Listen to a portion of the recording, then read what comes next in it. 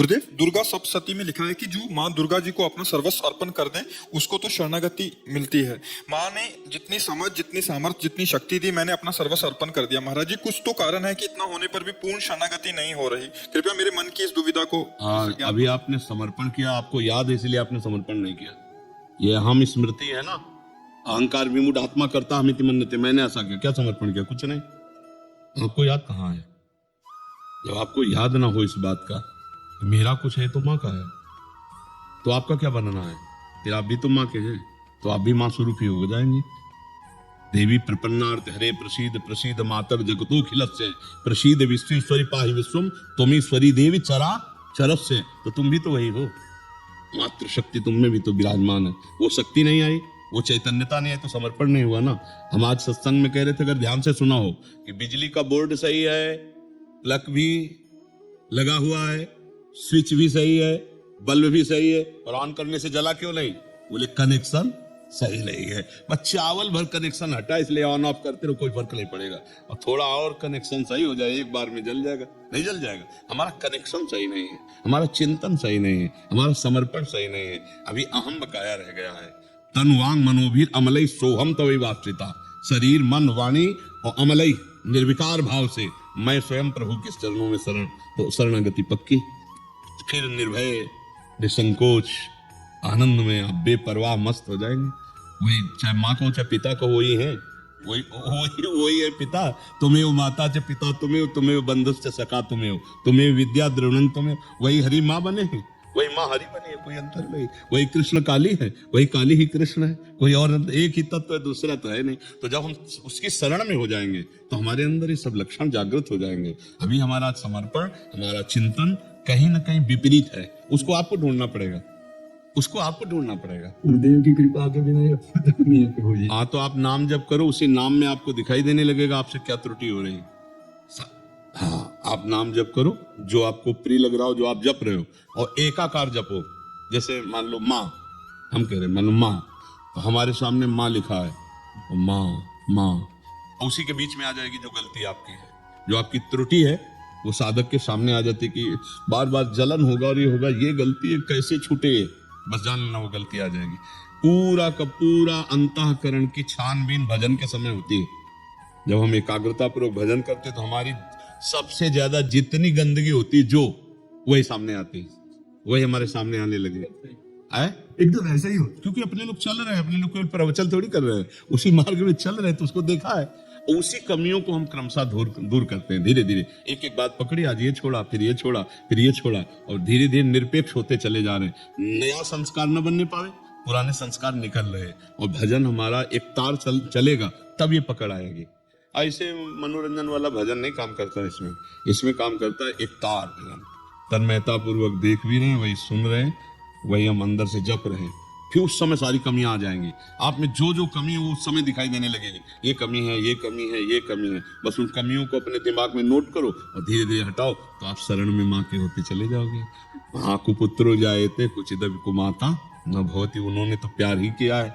हमारी तरफ से जो कमी है उसको हम माँ के ज्ञान बल से, बुद्धि बल से दूर करते हैं, और माँ के करुणा में चरणों का आश्रय लेकर के माँ स्वरूप हो जाते हैं। चिद चिद लक्षणम, चेतन अचेतन वही तत्व है, उसी में लीन हो गए, तब हो गया। माँ में इतना चिंतन करें कि अपना स्वरूप माँमय हो जाए, तभी माना जाएगा कि आप माँ के पूर्ण शरणागत हो गए। नहीं, हाँ, ये ढांचा केवल है, अंदर मंदिर में माँ ही बैठी है। वो तो माँ ने इतना तो ज्ञान करा भी दिया है, अनुभव में नहीं आया। बस अनुभव बिना ज्ञान। जैसे मान लो हम कहा कि खीर बनाने की पूरी प्रक्रिया पता है, पर कभी बना के नहीं खाया, तो अधूरा है लाभ प्रक्रिया। एक बार चक बना करके खाए तो ये बात अनुभव में आ जाए, तभी अनुभव गम में भजे जय संता।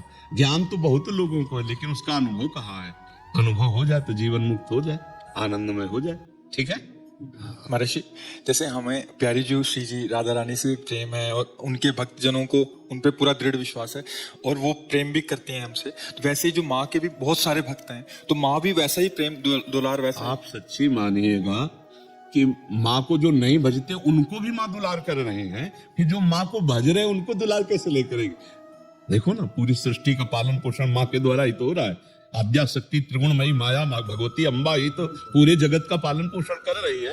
हरि की शक्ति से तो सब हो रहा है, तो शक्ति स्वरूपा यही तो है माँ, यही तो जगदम्बा है।